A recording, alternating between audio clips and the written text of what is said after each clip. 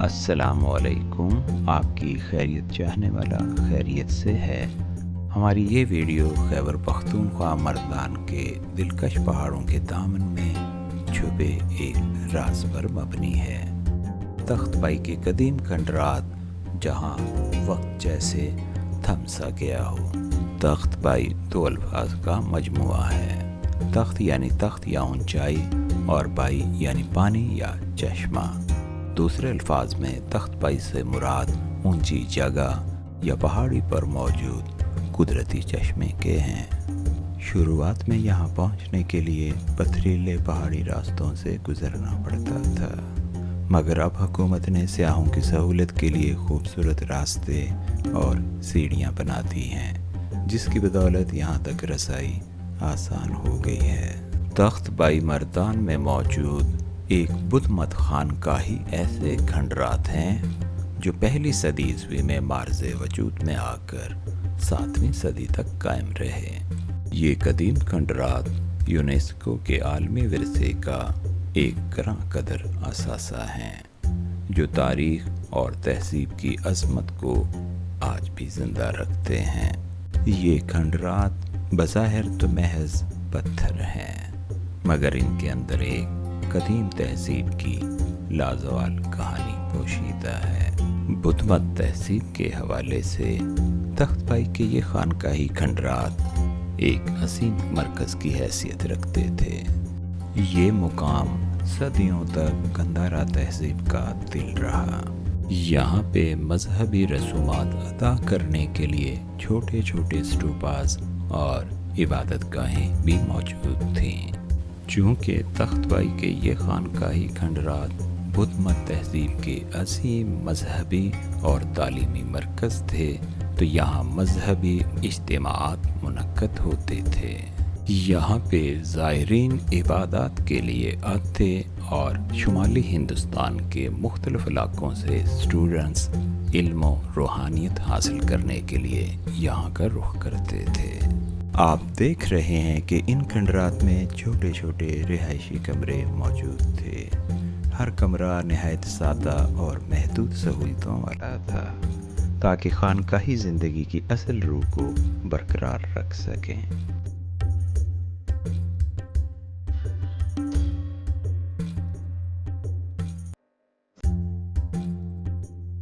یہاں بخشو دنیاوی آسائشوں سے دور سکون اور یکسوئی کے ساتھ اپنی زندگی گزارتے تھے۔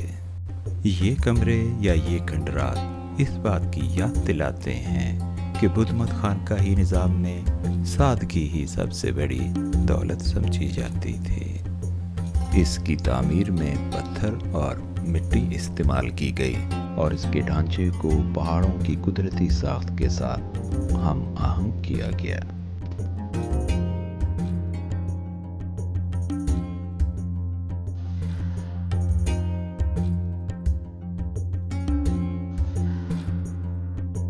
آئیے اب ان کھنڈرات میں یہاں پہ زیر زمین مراقبے کے ایسے کمرے دیکھتے ہیں جہاں تعلیم اور روحانی ریاضت ہوتی تھی۔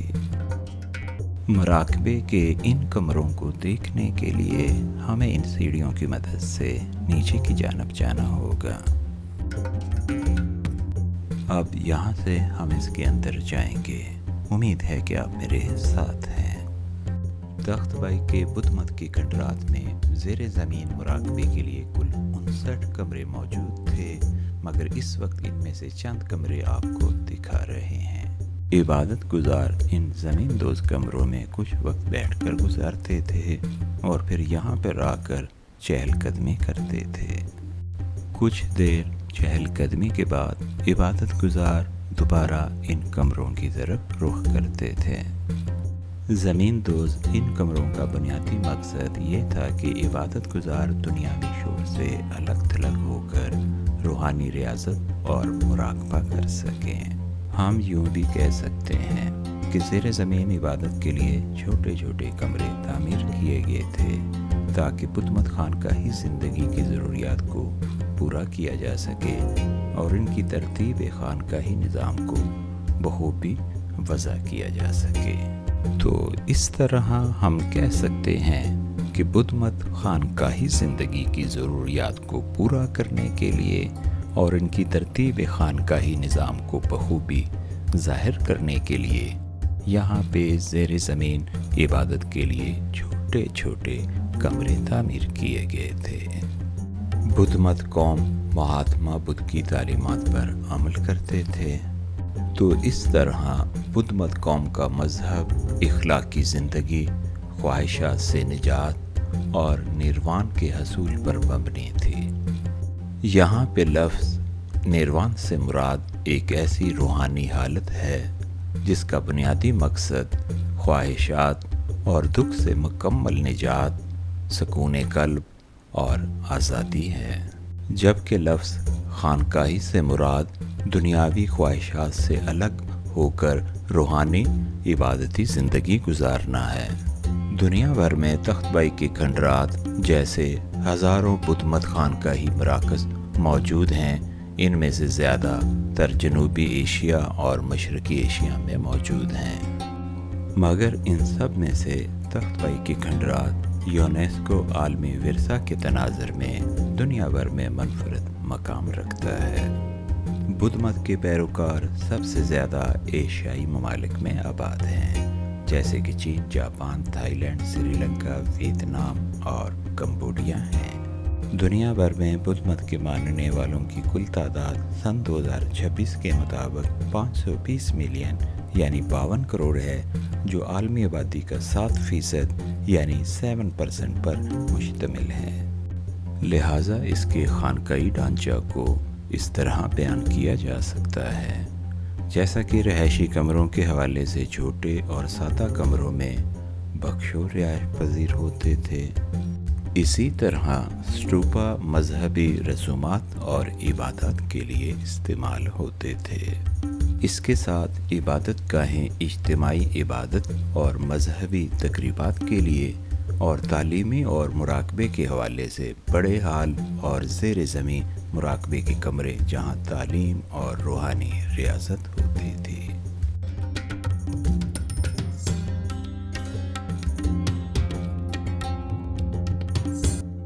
امید کرتے ہیں کہ یہ ویڈیو آپ کو پسند آئی ہوگی۔